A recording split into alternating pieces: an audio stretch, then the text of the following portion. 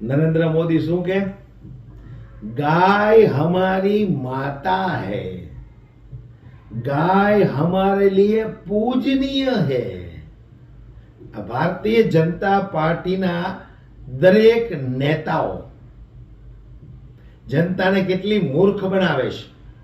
ગાયના નામે વોટ લઈ લઈને સત્તામાં બેઠેલા ભારતીય જનતા પાર્ટીના નાનામાં નાના નેતાથી લઈને નરેન્દ્ર મોદી સુધી ગાયના નામે વોટ લઈ લઈ આ લોકો સત્તામાં બેઠા છે। ધર્મના નામે વોટ લઈ લઈ આ લોકો સત્તામાં બેઠા છે, પરંતુ ગાયના નામે અને ધર્મના નામે લોકોને કેટલા મૂર્ખ બનાવે છે એ સમગ્ર લોકોને ખબર છે, છતાંય કોઈ પોતાની આંખ નથી ઉઘાડતું। એની પાછળનું કારણ શું હોઈ શકે એ તો એ અંધભક્તો જ જાણે। પણ મારે વાત કરવી છે વડોદરાની।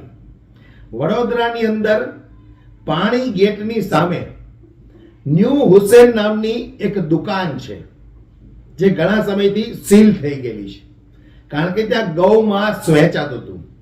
ગૌ માંસના કબાબ અને સમોસા બનાવી અને હિન્દુ ધર્મના ઘણા બધા લોકોને આને ખવડાવી દીધા છે।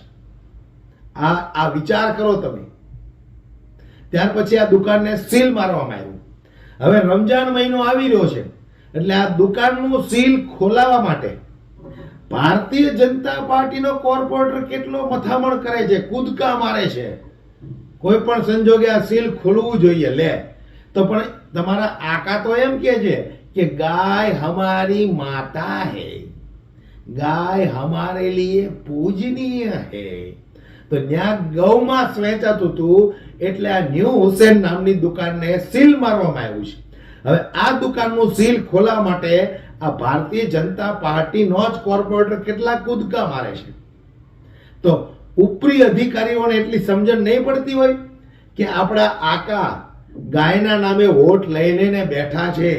એ દુકાનની અંદર ગૌ માંસ વેચાતું હતું એટલે કમસે કમ એ દુકાન તો નહીં જ ખુલે, અને તમે ત્યાં દુકાન ખોલાવવા માટે મથામણ ન કરતા આવું ઉપરી અધિકારીઓ, મંત્રી સંત્રી 8 પાસ 12 પાસ આ લોકો આને ન સમજાવી શકે? પણ કોઈ પણ સંજોગે આ દુકાન ખોલાવી છે આને।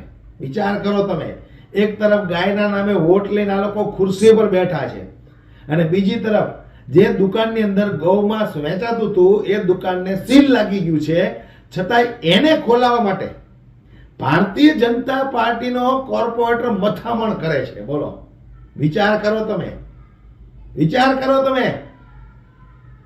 એટલે આ લોકો ધર્મના નામે, ગાયના નામે વોટ માગી માગીને સત્તામાં બેહી ગયા છે।